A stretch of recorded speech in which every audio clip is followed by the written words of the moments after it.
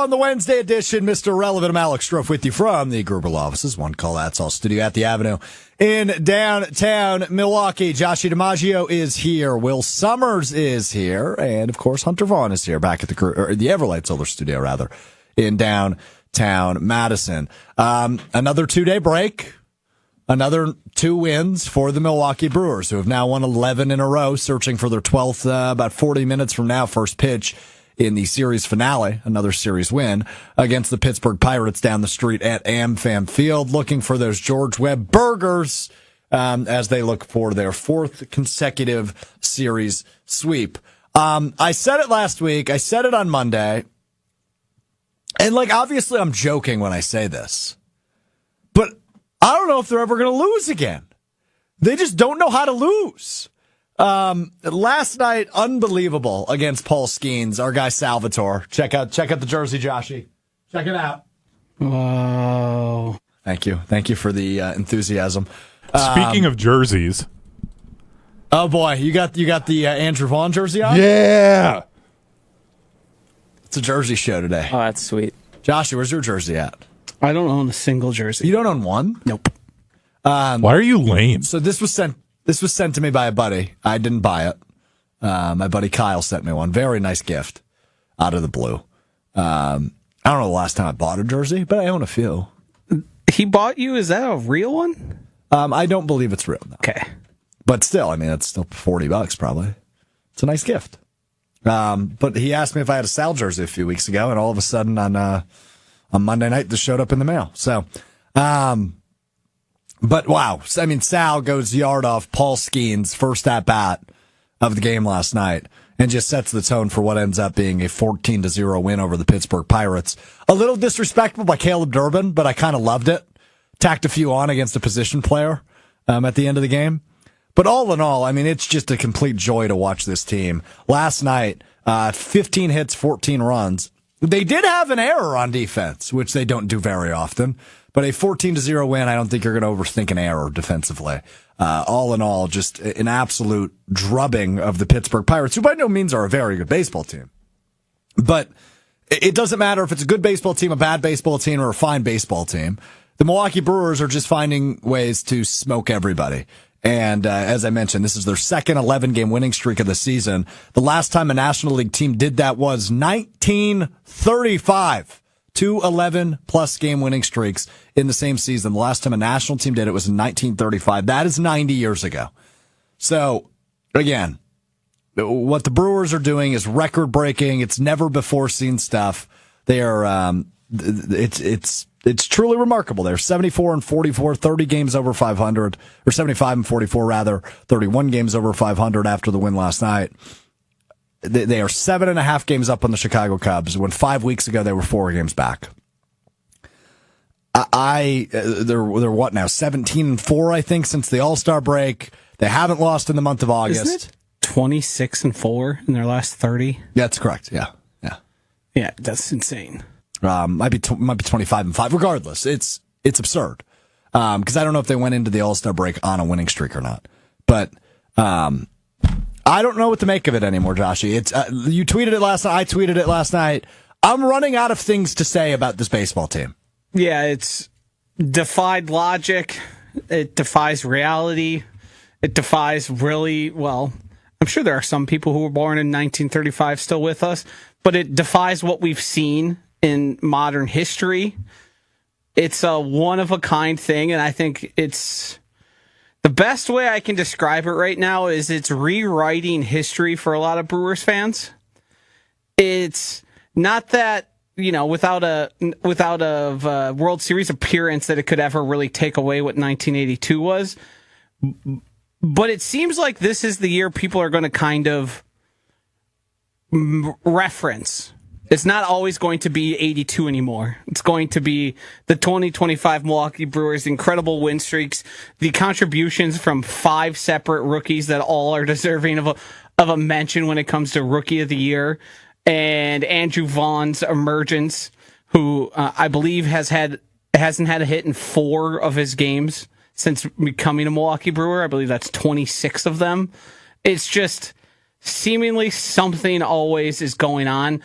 Paul Skenes, The Brewers have his number. You've seen the stats. I think Steven Watson was putting out, a bunch of other people were as well. The Brewers have gotten to him more than like in 2 games, more than he has like the past 10 opponents he's faced. It's just, it doesn't make sense. Defies all logic. You keep thinking they can't keep doing this. They've gotten behind. They've come back. They've put up 2 touchdowns against the Pittsburgh Pirates. I mean, yesterday. seriously, it's a football score. You can't. We're talking all-time great regular season baseball team now, and no longer just greatest Brewers team. Yeah. We talked about it, I don't know, maybe 2 weeks ago. Like right now, their medium outcome, like Baseball Prospectus would simulate the rest of the season. 100 wins? Yeah. Their low end is like 96 or something. Yeah. 94, I think. That's like if things go wrong and they play poorly for the remainder of the season, they're still a 94 win baseball team. I just want to remind you, when they lost to the Cubs on July 30th, that's their last loss. They were 20 games over 500. They are now 31 games over 500. Yeah. And they have a 7.5 game league in the division. We talked about it a few weeks ago, and I want to say it was right around that Cubs series at the end of July. Well, they play small ball really well, but they don't hit a lot of home runs. This 11-game winning streak, they've been hitting a lot of home runs now, which is, I don't want to say confusing. It's encouraging.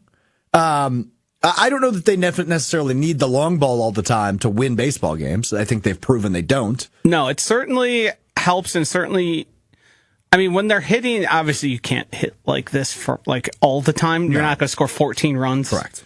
Although they've done it twice in the last 9 days. Yeah. It makes it easier. It builds some confidence. It allows you to let guys go longer, because when you're tacking on runs and you're not having to grind everyone out, it just makes it easier on everyone. And that preserves your bullpen. It preserves your starters.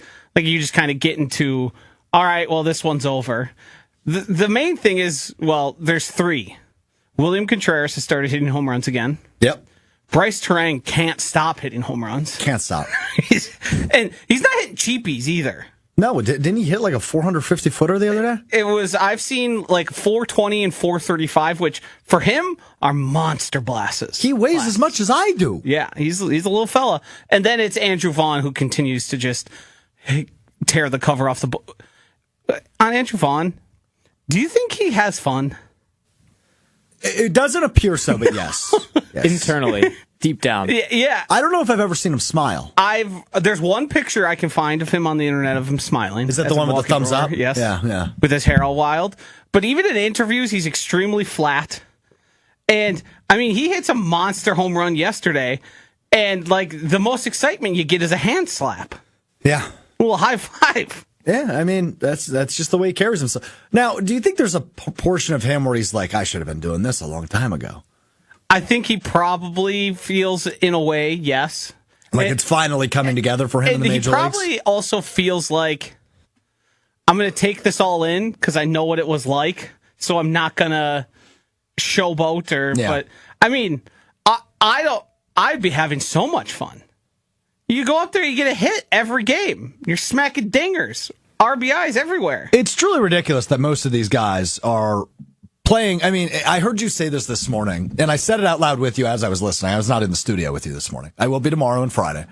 But Chewy, I think, said this morning to you, so who, given the preseason and now at this point in the season, is overperforming?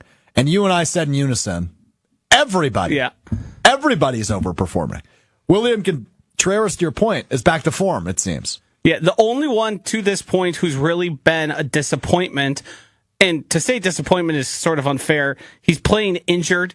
He's going to have a procedure in the offseason on his hand, and he's doing it because even William Contreras, not that good, is better than 90% of catching options in the MLB. So he's, I don't want to say underperforming, but his offensive stats have been disappointing to what we know of him. But defensively, he's been awesome. Yes. He's been as good as he always is. Yes. Offensively, 259 batting average, 12 home runs on the year. Yep. Which is fine. And it's serviceable enough. I mean, I remember just a couple of weeks ago, I saw somebody tweeting about how they should remove him from third in the lineup. I believe Hunter also gave some credence to that. And the guy, to his credit, turned it around now. Sure did. Yeah, Hunter's literally- a motivating factor. Literally the day that I texted you guys, like, hey, I've been kind of thinking about maybe they should swap Terang and Contreras in the lineup. He had his 2 home run game. I was like, okay, well, Yeah. I'm an idiot. I love this. I love this little thing they're doing with Sal and Bryce. Mostly it's Sal batting first, Bryce batting seventh. But the other night they flipped them. Sal batted seventh, and it's obviously matchup dependent. But I like that a lot because I think, and we've talked about this before, I've never really understood batting orders, like how they're determined. I understand the meat of the lineup. That part I've always gotten. Obviously, you want a quick guy in your leadoff spot. I get all that. But I've never really understood the why don't we put good hitters at 8? Or, why don't you spread them out? And the good news for the Brewers is they are proving my philosophy true because everybody's a good hitter now. We've explained to you multiple times that the people who bat higher get more at bats throughout the course of a season. Yes, and that makes part sense I too. think you can understand, and that's why there's been a shift of guys you typically wouldn't see hitting leadoff moving up there. But Pat Murphy is sort of a little more old school in that term. There also is the philosophy of putting a couple good hitters. Well, you're not going to put your best hitters there, but guys who can hit at the bottom of the lineup, because then when the top of the order comes up, guess who's ready to knock those guys home? It would be your 1, 2s, and 3s in those situations. So it's sort of a vibes thing. The Brewers have a great issue. Sort of a vibes thing. I mean, Bryce Terang deserves to be a leadoff hitter in, I don't know, 29 lineups? Yeah. And I think that's why they're kind of doing the rotation thing, because both him and Sal Frelick have an equal right to that position. It's just who's got the hot hand. When they moved Sal there in May, there was immediate. Yes. I mean, but that's also when the Brewers run really started. It was mid-May, end of May. And that was right around, I think it was like May 16th, I want to say, when Sal was moved to the leadoff spot. And he's been a tank since then, obviously, outside of the times he's been hurt with the hamstring injury. But again, last night, his 9th home run of the season, in the first at-bat against the guy who's likely going to win the NL Cy Young. Yeah. It's literal movie stuff. Like, I can't get over how ridiculous what we're witnessing is. I think the power thing that you were talking about over the last 11 games is interesting, too. And Josh mentioning Andrew Vaughn is one of their biggest power hitters. That's not all they're using to rely on to win games. Like, you saw Andrew Vaughn, I believe it was Monday night, I think he did a squeeze play to score a guy. Yeah. Like, they're still playing Murphy ball and winning the way they knew how, because come playoff time and come the end of the season when you're playing crucial games, you don't want to strictly rely on your power and hitting home runs. Yeah, you want to be multifaceted.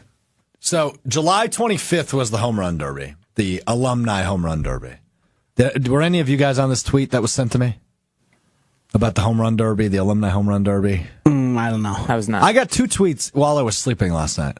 One saying, hey, the Brewers have been amazing since the alumni home run derby. Did they give them roids?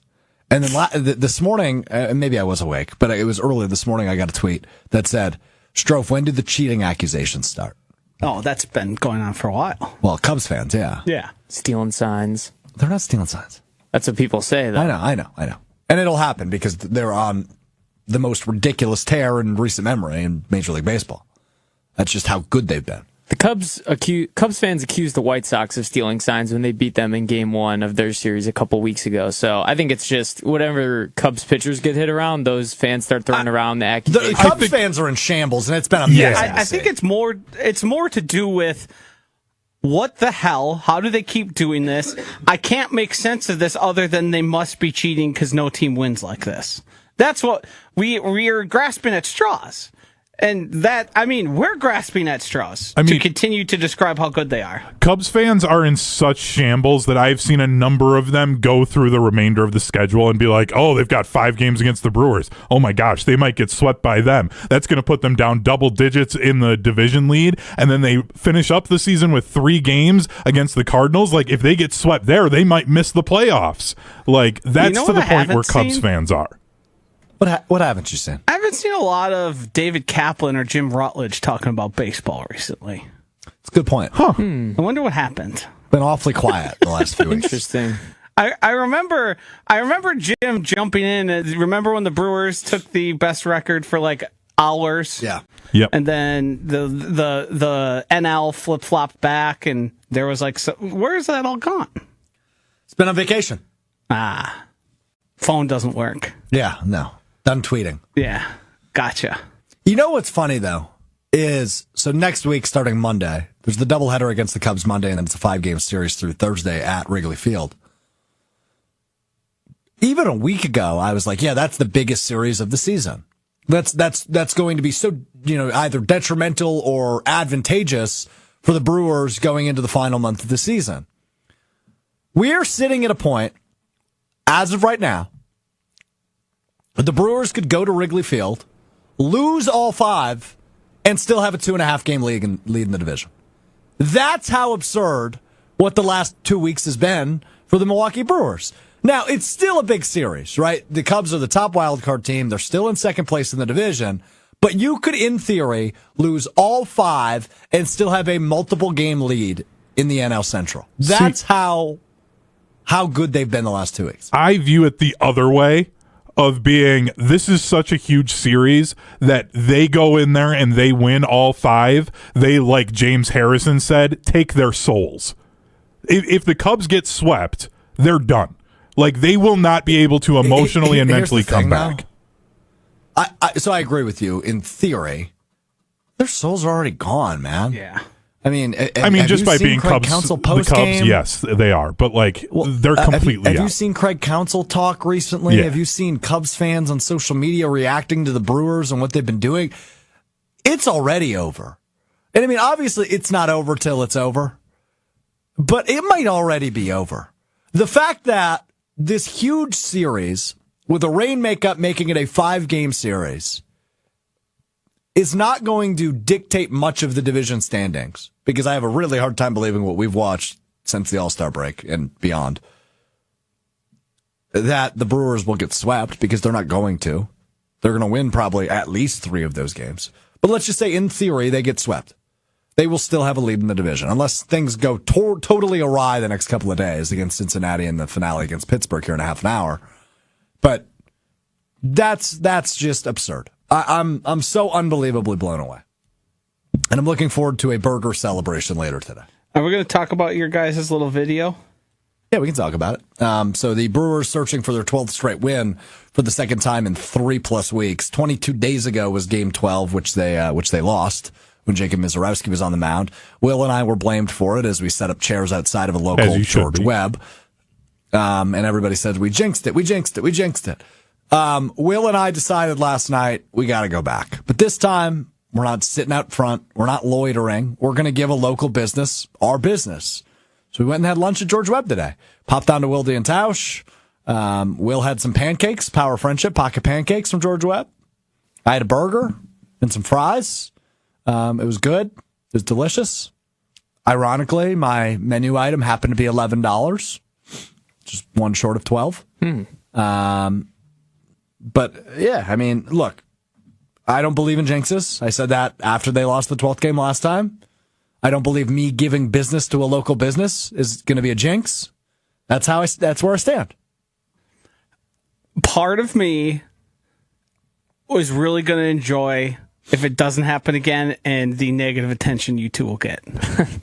Yeah, it'll be DEF CON on Twitter. Yeah. I'll have to turn off the app. Yeah, I was going to say delete the app. Now we're just mute. I got people furious at me like a week ago. Didn't see any of it. Oh, you just muted it? Yeah. Oh, I read all of them. What do I need to see that for? I read all of yours, yeah. Yeah, no. When we did it the first time, I actually got amusement from some of them, because some of them were creative. If you're creative in your diss, and I think we've talked about like this. the guy who told you you'd get rashes that affect you for the rest of your life? Yeah, like that's funny as hell. Shout out that guy. And I will probably bring that tweet up if they win today. As I should. I get the opportunity of a victory lap. The way I see it, if we really are a jinx, we basically just towed the rubber at American Family Field and faced the Brewers lineup, and we're throwing 100 on the corners. Because if the Brewers can overcome Strouf and I's bad luck, they can overcome anything. So for the people that are getting mad at us, we're basically just battle testing them. That's a terrific spin zone by you. So what you're saying... Will might be the ultimate spin doctor, by the way. Because think about it. If people say we are so bad and so unlucky, if they can overcome us, they can overcome anything come October. So, and playoff hold baseball on. What time. you're saying is if the Brewers win today, they're a shoo-in for the World Series. I'm not saying that. I can't speak to if there are higher powers or higher powered teams in the MLB than yours and I, bad luck. But I would say we are pretty powerful with our jinxes according to everybody else. So if they can overcome us, they can overcome a lot. Well, little tip. You got to lean in there and say yes to that question. Yes. They're shoo-ins to win the World Series. All right, let's try it again. I'll cut that off. Yeah, thanks. Dump that. Well, what you're saying is if the Brewers win today, they're a shoo-in for the World Series. 100%. There you go. That's what I was looking for. What? Wow. Ryan on the Cardinals text line, 800-990-3776, says, Strouf, too early for magic number talk? No, 37. I thought it was 38. No, it's 37 now. 37 because the 38 Cubs yesterday. lost. Those morons. Thanks, Chicago. Hey, Chicago, what do you say? The Cubs are gonna lose again today. Hey, I don't know the rest of the song. I really don't know how it goes. You're from Chicago. How does it go? But Go change the Cubs, words. Go, boo, Blow, Cubs, baby, brew. blow, Cubs, I blow. thought it was choke, Cubs, choke. That works too. Hey, Milwaukee, what do you say? The Cubs are gonna lose today. There's like one sentence that's just repeated throughout the entire song. It gets very repetitive. Cubs good fans job, not everybody. very Cubs creative. fans. Yeah. No, they're not. All right. Brewers, Pirates, looking for the 12th straight win and free burgers from George Webb at 1:10. So about 20 minutes from right now, first pitch. It's Big Woo on the mound. They have won all 6 of his starts. He is 4-0 since returning to the Brewers about a month or so ago. I just remembered out of nowhere, I saw Pearl Jam sing the Go Cubs Go song in Wrigley Field with Ernie Banks on stage That's in wild. 2014. Wait, you saw it live? Yeah. Oh. Yeah, I went to I was sitting on the infield for that game. Ernie Banks came out, rest his soul, I believe died by like a year later. Oh. Yeah. Fascinating. I was trying to remember why, because I haven't been to many games in Wrigley. I think In I've been to- January 2015 is when Ernie Banks passed away. I think I've been to one. And I was remembering the song. I don't hear that song often. The Go Cubs Go song. Trying to think of where else I would have known it, and then it came to me. Huh. Yeah. Well, I enjoyed that story. That was a good. That was a good sidetrack. Pretty cool way to know the song. Yeah. All right, let's get to the big story of the week. Monday, I mentioned it on the show, just in passing. Jordan Love had his thumb taped to practice. Didn't really think anything of it. Thought maybe he hit it on a helmet. It'll be fine. Yesterday morning, Packers general manager Brian Gutekunst takes the podium and says, so Jordan's going to have, and I quote, a little procedure on his thumb, and it'll keep him out about a week. He'll be ready for week 1. In theory, in summary, that's what he said. Just dropped the bomb right out of the gates. So the Packers quarterback his procedure's done. It happened yesterday. They said they hope to have him back at practice next week. We'll see if that's truth or if they'll have him back, after the Seahawks finale, a week from Saturday, preseason finale, that is. But it sounds everybody's confident he'll be back for week 1. So personally, I have no concern. It sounds like if it was the regular season, this is something he would play through and it wouldn't affect him a ton. Obviously, it's on his non-throwing hand, so it affects some snaps and some handoffs. But all in all, it's not a major injury. Like I said, if this happened in the regular season, it's something he played through and would address in the offseason. But he had apt time to address it now, get back to 100%, and be ready for week 1 against the Detroit Lions. The only negative for me out of this is personally, and I don't know if the Packers would have done this or would not have done this, depending on his health. I probably would have liked to see at least a little bit more Jordan Love in preseason. Now, the joint practices are obviously one part where we would have seen him with some live bullets and some live reps against the Colts tomorrow and then against the Seahawks in Green Bay next week in joint practices.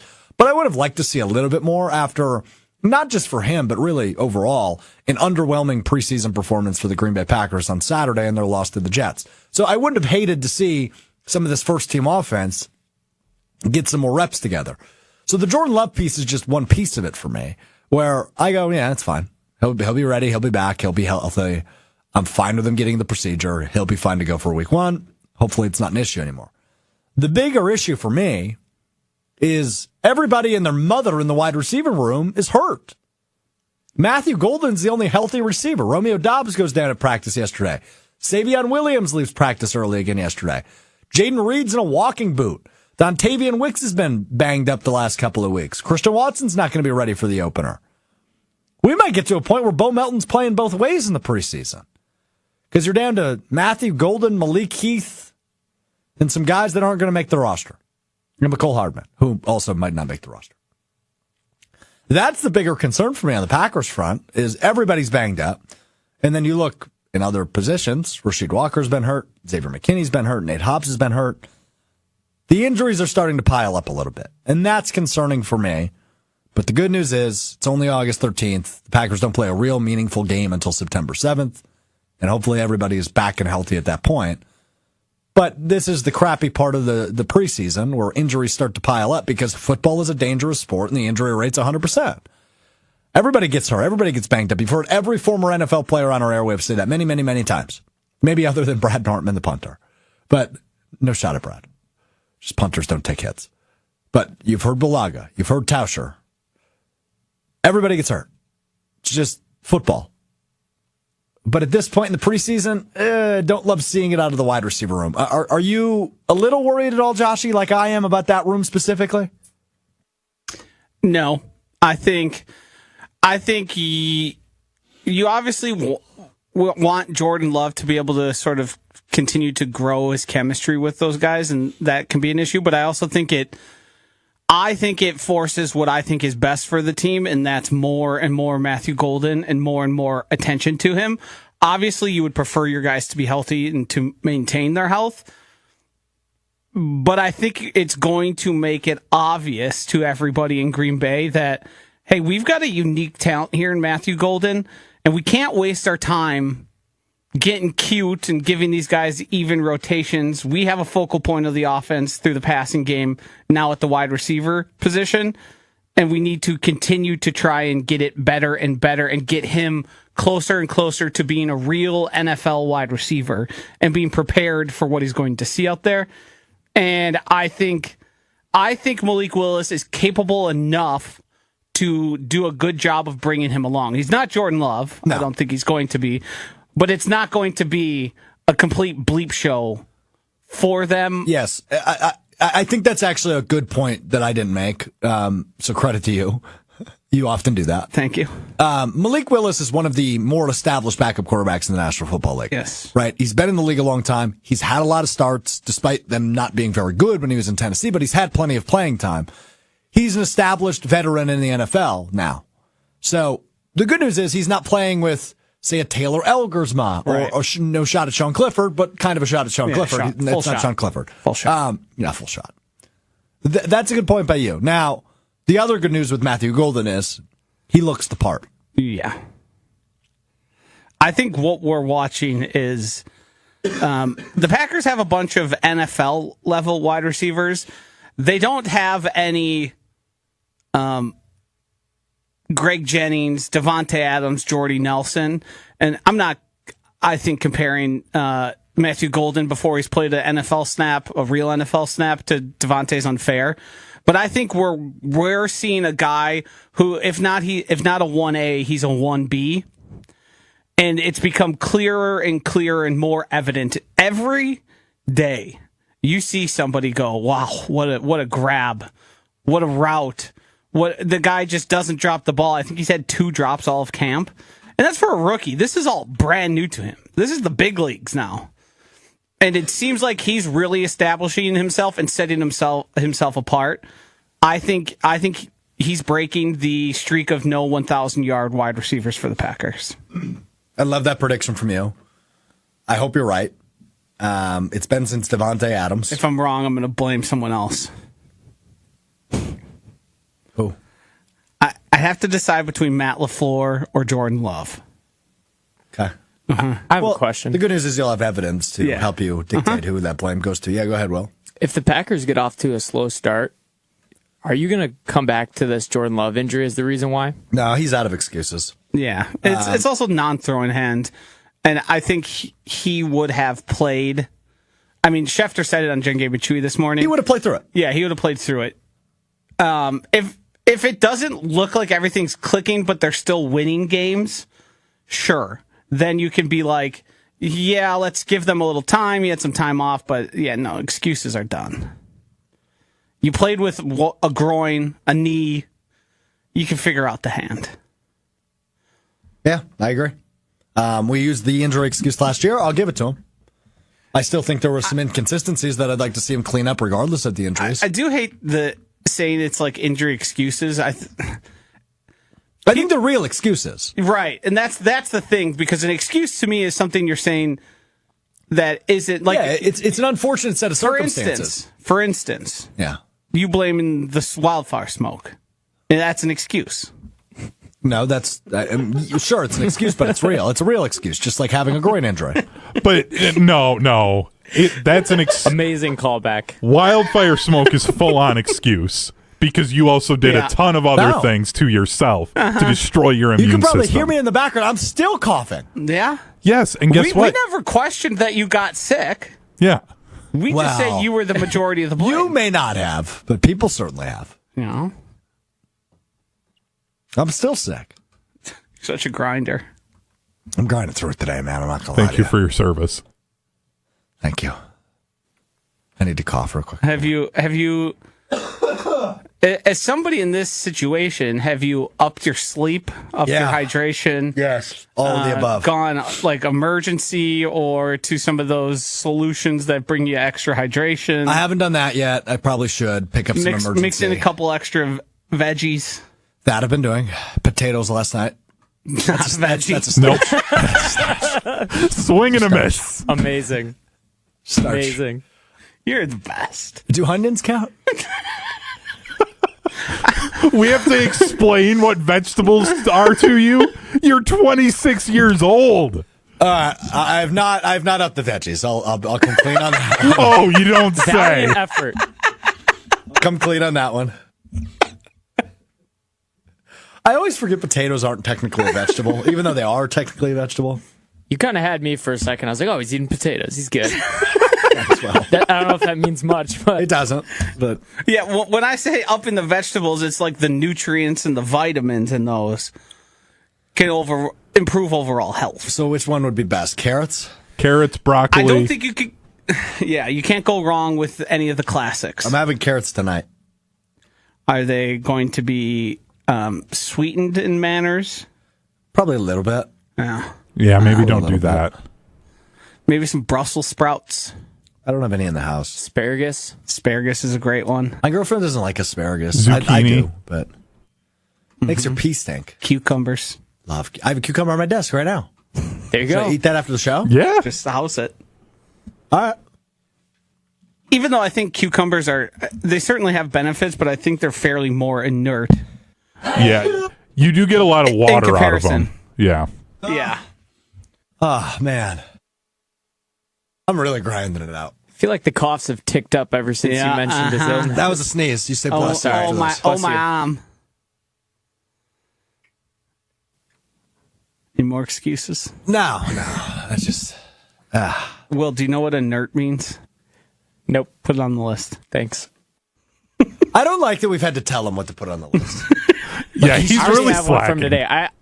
I couldn't make out what he said. Inert. Do we want to workshop the one you're trying to work out? I think inert Oh, was that the one? is the one he was trying to work out. Yeah, I just couldn't understand what you What was? said. Actually, we'll wait for the end. I thought you said Yeah. an entirely different word. All right. Well, regardless, it is your time to shine. What's so funny about that? Just you never fail to amaze us. All right. Well, it's your time to shine. Each and every Wednesday, Will Sommers does his Wednesday midweek week in review with a theme, a little Chris Berman-esque, fastest 2 minutes from NFL Countdown. Wop wop wop. And Will's going to bring us up to speed on everything that happened in the last week while I go get a cough drop. Will, the floor is yours. Yep.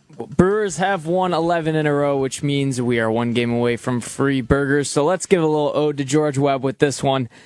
After sweeping a 6-game road trip, the Brewers returned home to take on the Mets over the weekend in a 3-game series. Down 2-0 early in Friday's contest, Bryce Orella Sticks Terang used his bat to tie the game on a 2-run home run in the 5th. Later in the inning, Isaac Cold Cereal Collins would take a hit by pitch to score a cup of hot Joe Ortiz. With 2 outs in the bottom of the 9th, the Jeff McNeil single was about to bring home the tying run when Blake, who you callin' Shrimp Perkins, threw out Starling Marte at home to end the game. On Saturday, it was Bryce Terang again as he melted a fastball over the middle for a home run to tie the game at 3 in the 4th. Down a run going into the 7th, the Brewers' Webb benedictated 2 runs to take the lead before William Contreras double bacon cheeseburger comboed the big inning with a 2-run home run to give the Brewers a 7-4 lead, and they would go on to win by that score. On Sunday, the Brewers found the sweep in jeopardy as they were down 5-0 early, but William Contreras beat the pitcher like the beaten eggs in a Denver omelet, hitting 2 home runs to get the crew back in the game. With the game tied in the bottom of the 9th, Isaac Collins continued to play like the all-American breakfast that includes 2 eggs, golden hash browns, and your choice of bacon, ham, or sausage patties, or links, as he hit a walk-off home run to give the Brewers the win and the sweep. On Monday, the Brewers took on the Pirates for the start of another 3-game series, and the crew got out to a hot start as Bryce Terang and Christian Yelich hit home runs to give the Brewers an early lead. The crew would not look back behind Freddie Peralta on the mound as he corned beef hashed out 6 innings, allowing just 3 hits and 1 run in a Brewers win. And then last night, the Brewers looked to win their 11th game in a row. It was NL Cy Young candidate Paul Skenes on the mound for the Pirates, but the Brewers hit around that sourdough boy as they put up 4 runs on 6 hits, including 2 home runs before Skenes was removed after 4 innings. Freddie Peralta put together a masterful performance as he sirloin steak sandwiched the Pirates lineup, striking out 7 in 6 innings, allowing just 3 hits and 1 run. The crew will go for win number 12 tonight with your Mr. Irrelevant Week recap on Will Sommers. Okay. We were sitting at lunch, Joshy. Yes. Will looks at me and he goes, I'm doing research right now. I go, what do you mean? He goes, I'm looking at the menu. Tough look for me this morning. Brian D., director of content, walked in and I just had the George Webb menu up on my computer. I don't know that that's a tough look. He's like, what are you doing? He probably appreciated that. He did. Okay. What was the hang up there on? Was it the Benedicted? Benedictated. Benedictated. That was a tough word. I brought that on myself. Shouldn't have wrote it down. Hand up. Well, it worked well. It was just you stumbled through it. It was like you didn't trust yourself. We'll say that 3 times fast. Can you give me the one more time where you said the choice of sausage, bacon? The All-American. Yeah, I just summarized the All-American breakfast. That includes 2 eggs, golden hash browns, and your choice of bacon, ham, or sausage patties or links. Patties are better than links. True. Yep. Good take. Great take. Yep. I agree with you on that. I don't like the casing. Yes. Sausage links. Thank you, Josh. Yes. Yeah. Casing is that's awful. off-putting to me. I didn't expect Hunter to have such a ferocious take on that. Yeah. I hate the Mom casing used to on make stuff. the style with casing and really didn't like those. The Did you ever snap. tell her that? It's You sure awful. did. I believe my father liked them, so I think I won in the long run as the child. But there was more As the child. yeah, there was more cased sausage than I would have liked in my past. I'm sorry to hear that. We got through it. Yeah, life goes on. All right, we do this also each and every Wednesday. Hunter's got a list of topics that maybe we've missed or slipped through the cracks. Joshy, Will, and I will respond to them with one word. We call it One Word Wednesday. Hunter, let's play a little one word. We're going to start in the college football world. Former Washington State quarterback and now the quarterback for Oklahoma, John Mateer's Venmo transactions came out, and they included one that was, quote, sports gambling, parentheses, UCLA versus USC. That one was the day after USC beat UCLA 48-45. Mateer claims they were all a, quote, inside joke. Yeah, so he was a freshman at Washington State when this happened. Yes. I thought he was in high school initially, so I had no problem with it. Problematic is the word. I hope he doesn't get in trouble because who actually gives a damn? I really don't care. But then you end up with Malik yes. Beasley situations. Correct. Suspicious is my word. So when I initially saw this, save for the singular USC UCLA thing, I often, and I'm sure all of us here, will put funny things, sometimes questionable things, as the title for, like, hey, you bought me a 6-pack of beer on the way over and I'm paying you back for it. Yeah. Or, like, just the smallest things, and you'll put something totally outrageous. The specific game in parentheses makes it more difficult to believe. I do think there's a chance he was just being dumb and put in the game he watched, the night previous with people. But it's not a smart move to get this sort of attention. Also, I almost said the S word. Put that on private. No one needs to see you. No one needs to see I'm it. fascinated when I open my Venmo. Mine's been on private since basically day one. Mine as well. But I'm fascinated when I see, like, if you wanted to internet stalk somebody, the best way to do it is their Venmo transactions. Yep. You can see exactly who they're hanging out with and what they're doing. God, there's a lot in here. So many. Pull effing tabs, baby. We are so back. I imagine that is we entered together. We were putting down. That means they probably won, yeah. Right, they won, and then typically if it's a bigger one, 250, 500, you don't get same day, so someone goes and picks it up, and then they Venmo you whatever your winnings were. Take more of my money, damn. That's one of them. My word's proportion. I think this whole thing is being blown up a little bit, and now people have started creating fake Venmo transactions. Seen that. But I also think, that message could mean anything. We don't know what he was talking about. It could mean anything. It did say sports gambling in the game. But that could mean anything. Yeah, Could mean anything. The day after the exact game. Oh, I Anyway, have $20 in my Venmo. From what? great. Congratulations. On to the second one. The AP preseason poll came out. The Wisconsin Badgers will play 6 top 25 teams: Ohio State, Oregon, Bama, Illinois, Michigan, and IU. Yeah, but it's even worse than that, isn't it? I think it's 4 of the top 11 and 6 of the top 20. Yes. And I believe Minnesota received votes. Yeah, not good. Disheartening, probably the word. Auf Wiedersehen. Can you spell that? Say that again. That was great, Josh. Yeah. Say it again. Auf Wiedersehen? Yeah, I got nothing. That is the German for goodbye, correct, Hunter? Yeah. Yeah. I think there might be some.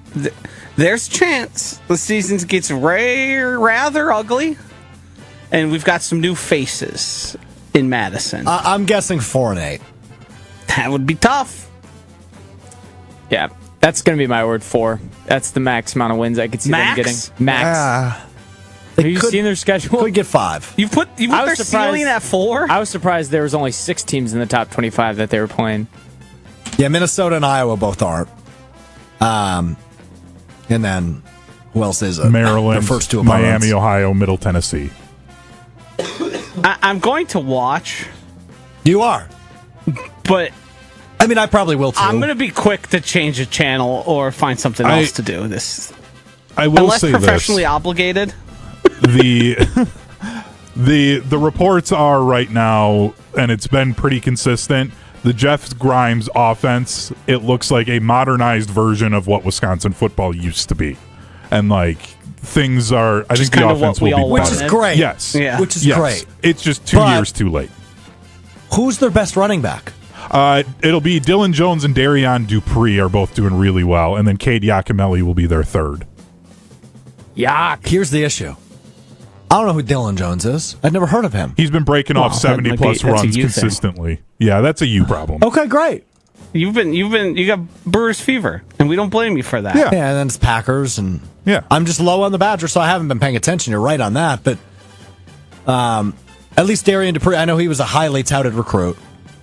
Cade Yakimelli's been on the team, so I know who that is. But yeah, there's no Jonathan Taylor, Melvin Gordon buzz. And if we're going to the Badgers of the old, I'd like a stud running back. Dylan Jones. Yes, you would. Yes, you would love an all-time great Badger. Literally one of the Yeah, greatest that's probably- college football players Yeah, ever. yeah. You named two of them. That's a hot take. That's fair. I too would like. Hey guys, I want Reggie Bush to I'd play like for the Badgers again. I'd like a Heisman finalist. That'd be sick. It'd be awesome if Russell Wilson Yeah. was their quarterback again.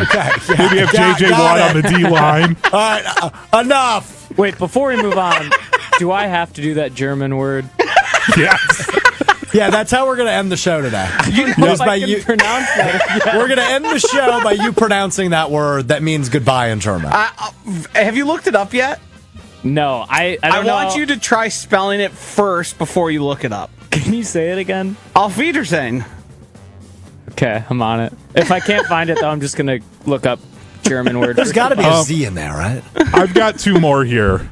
This first one, it's going to take a little bit for me to get through, so hold on tight. Oh boy. Shohei All right, buckle Ohtani up. is being sued for $240 million by a Hawaii real estate investor and broker who were both fired.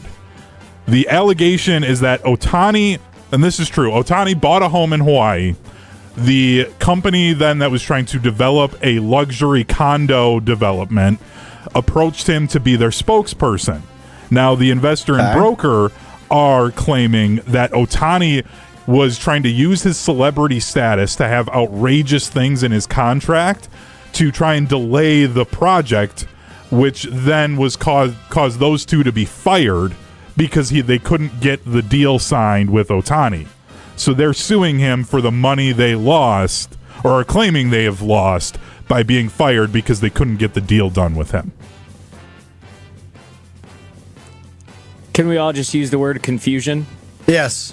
Because I heard it was something else where Ohtani or his agent was trying to squeeze a different guy out of the deal because they didn't like him or something. Well, and that's kind of where they aren't That's sure. the firing. That was torturous interference and unjust enrichment. which is they were trying to be overly complicated to prolong the negotiation and push them out is what they're claiming. The lawsuit says defendants used threats and baseless legal claims to force a business partner to betray its contractual obligations and strip plaintiffs of the very project they conceived and built. Confusion. I don't know if I have a word, but I think there should be less luxury condos and apartments built across all of America. Amen. That's a good take. One final one. Let's make fun of another rich person. Jerry Jones, while on the red carpet Love this. before the Netflix documentary, said, quote, "The Cowboys are a soap opera 365 days a year. When it gets slow, I stir it up." Admission is my word. He just said something we've Honesty. always known, yeah. Honesty. You said the quiet part out loud. Yeah. And to a degree, I feel like we've been in this thing with Jerry for a long time where he knows he's doing a thing and we know he's doing a thing, but we still react to it as if he doesn't know he's doing a thing. And we're all just sort of playing this game with him despite all knowing it's a game. Yeah, my word is thankful. Now that we are aware that he knows that he's doing this and he's going to continue doing it for all of our entertainment. Yeah. I like that he admitted it. It's something we already don't. know. but- And I don't. then we do get to laugh at Hunter a little bit. Yeah. yeah, which is also a beauty, yeah. Always fun when we get to do that as well. So all right, there you have it. There's One Word Wednesday. Hunter's defeated, per usual, and football season hasn't even begun. That's what's so upsetting about this. I'm already checked out on the Cowboys. That's why I'm putting so much hope in the Badgers looking better. Because I'm I need a football team to look good that I cheer for. I have bad news, buddy. Yeah, you should. Badgers Cowboys are going to look shot better. than Badgers. Badgers are going to look better. Can I use one of my words here? Sure. Hunter's grasping at straws with the Badgers. You You've didn't never know heard grasping grasping at at straws. No. My He's like a goodness. newborn baby. Did I use it correctly? Yo, I saw I came to the office yesterday after lunch, and I said, Yeah, I said to a couple people, including Will, I said, you guys know the phrase back up the Brinks truck? I've never seen a Brinks truck in the wild until my walk before. I just saw a Brinks truck for the There's first time. no way that you've Well, never I've seen It just the never other brand, clicked because there's before. another brand. There's another brand that's not Brinks that carries money everywhere. And Will goes, I've never heard that in my life. I said, back up the Brinks truck. He goes, how do you spell that? I just said, sound it out, and I walked away. William. That's the epitome of my life. How do you spell that so I can look it up, figure out what you guys are talking about? Back up the Brinks truck. Someday they're going to do that for you, Will. Sure hope so. Oh, you know what it means now. I do, now that I Googled it, and someone had to explain it to me. Well, I originally... Jalen Ramsey once famously showed up to Jaguars training camp in a Brinks truck. a Brinks truck with bags of money pouring out of it as he got out. That's hilarious. That's true. Just a quick update. Pirates have runners on the corners in the top of the first inning. Uh-oh. Not great. That's because I've got the game on Turn off TV. my- I can't have the game on TV. Hang on, I'll switch Turn it off off. my mic. Thank you. Turn my mic back on. Thank you. I didn't turn it off. It went. I didn't turn it back on, so I couldn't have turned it off, right? I guess that's fair. Okay. All right. Well, hopefully the Pirates don't score. I turned the Time TV now off. for what We'll we be missed, fine. what we learned. All right, good call. Time now for what we missed, what we learned, which is presented by Door County Distillery, locally produced, handcrafted, award-winning spirits made locally in beautiful Door County. Whether you're heading to Door County or not, you can bring Door County to you, whether you're in Madison, Milwaukee, Green Bay, Stevens Point, any of the in-betweens. Grab some of the rums, gins, brandies, whiskeys, vodkas, all the in-betweens. Local collaborations. They are delicious. They are affordable. They are award-winning. Check out their website, Door County Distillery, .com. Yes, got out of it. Come on. Told you I turned it off. .com. We got to make sure Big Woo's okay, though. Because I believe that hit that him. ball hit him. Yeah. He's fine. He's okay. He's walking off. He's tough. Check in with the ump. He's Big Woo. They call him big for a reason. He is a bad mother. Effer? Yeah, I tend to agree. Him and I'll go Quinn with Priester are the two guys I wouldn't want to charge the mound if I was a batter. The other pitchers right. I could take. So, big announcement made the other night Okay. on the New Heights podcast. About the New Heights podcast. Taylor Swift dropping her 12th album at some point. We don't have a release date. And she's going to be the guest on this week's New Heights podcast with her boyfriend, Travis Kelce, and his brother, Jason Kelce, which will release, I think, 6 o'clock this afternoon. Will, you watching it? No chance. Not a chance in the world. Josh, you watching it? No. Okay. So me and Hunter, I think, will be in the same boat. Yep. Already made I sure will that watch it I'll with be my- home in time, and Sarah and I will have it on the TV while we make dinner and eat dinner. All right. She's a brilliant musician. Yep. A millennium type of person, like once in multiple generations. Huh? Not a particularly engaging person. So, have you listened to New Heights before? Yes. As have I. Yes. Listened to it, I would say, rather frequently during the football season. I don't know if she moves the needle for me. No, she will for many millions. Their It'll probably be one of the most Instagram viewed had a podcasts. 3,000% increase in followers Yeah. since the announcement. This will probably be the most viewed first 24 hours of a YouTube video ever. Well, what currently has the lead? Like Gangnam Style or something? No, it's Donald What a Trump pull by on a me, by the way. podcast. When he went on one of those during the election cycle, he set the record for like the first 24 hours. Yeah. Yeah. I mean, and people were talking about like one of the all-time videos, but like I'm pretty sure Baby Shark has like 18 billion or something. Yeah, that makes sense. Monstrous. How many does the Tavon Austin highlight reel have? It's got to have a good A lot. amount. Definitely not near Millions. the top, but Yep. Millions. It's your I'd love favorite to video see- ever, though, you've said. yeah. I You know love what to see the video I like analytics. talking highlight 95% men, probably. Noel Devine's high school highlight. Ooh. That is an all-time. Click it on real quick right now. Hold on. Noel Devine. Yep. You don't know who Should I know Noel who that Devine is? can't say I know who that is as well. I'm going to guess These football. youths. Yes. Yep. Guess the school. This is very disappointing. College? Yep. Yep. Clemson.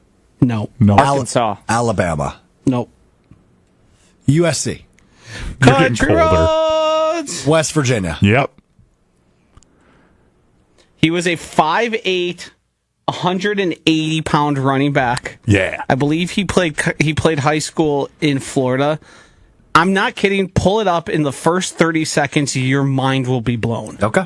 I will It do that is- at some point. It is unbelievable. Okay, a couple things before we get out of here. Will, we just received the tweet about our George Webb attending today from a guy by the name of Beer Cheese Benny. You guys realize if we lose, you're in danger, right? Oh. It's good to know. Love the internet, man. It's the best. All right, Will, what'd you miss? All right, I'm going to take another stab at this one. Grasping at straws, making desperate but futile attempts to solve a problem or find a way to succeed. After looking everywhere for my keys, I was grasping at straws when I checked the freezer for them. No. Josh? I think Josh is watching Noel Devine. I don't think he's listening. It's I you're heard you right, say but it's grasping for straws. In the freezer. Yeah, that's. Just say it again. After looking everywhere for my keys, I was grasping at straws when I checked the freezer for them. Yeah. I guess. You typically don't use it when you actually would be grasping something, which kind of throws it off. Okay, so it's more like a figurative. yeah. So it's like I'm grasping at straws, trying to justify the Badgers my. being good. That's what I said, and you guys said I misused it.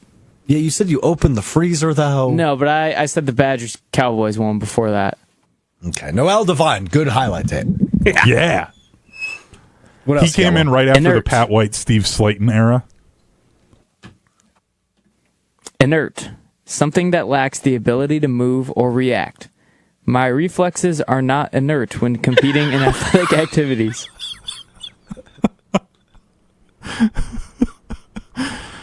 Yeah, sure. Gonna guess that's a no. No, we'll give that to you. Inert usually is in description of like a substance is inert. It's more like scientific. Yeah, it's where it comes from, I think. Okay. Yeah, it's the first 5 letters of inertia. And then do I still have to pronounce this German Yeah, word? that's how we're going to end Yep. the show. We'll be back with you Friday beginning at 12:30. First spell it. ESPN Milwaukee on YouTube. That will do it for us today. Make sure you get us Spotify, Apple Podcasts, the ESPN Wisconsin app, wherever you get your podcasts, if you need to catch up on any recent editions of Mr. Irrelevant as we trend towards the football season. All right, that does it for us today. We allow Will to send us out by spelling and then pronouncing the German way to say goodbye. Verabschiedung.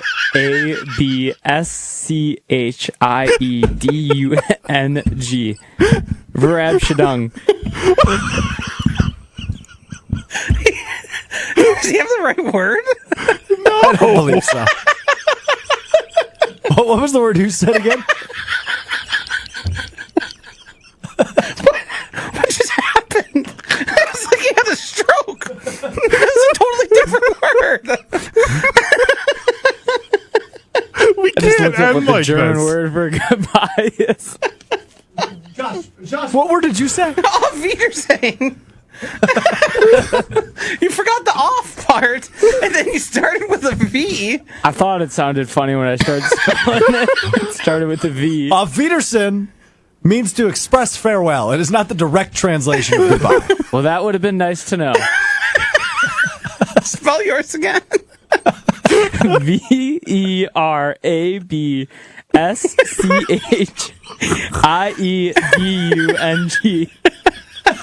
Verabschiedung. Verabschiedung. All right, we're done here. Auf Wiedersehen. We'll talk to you on Friday.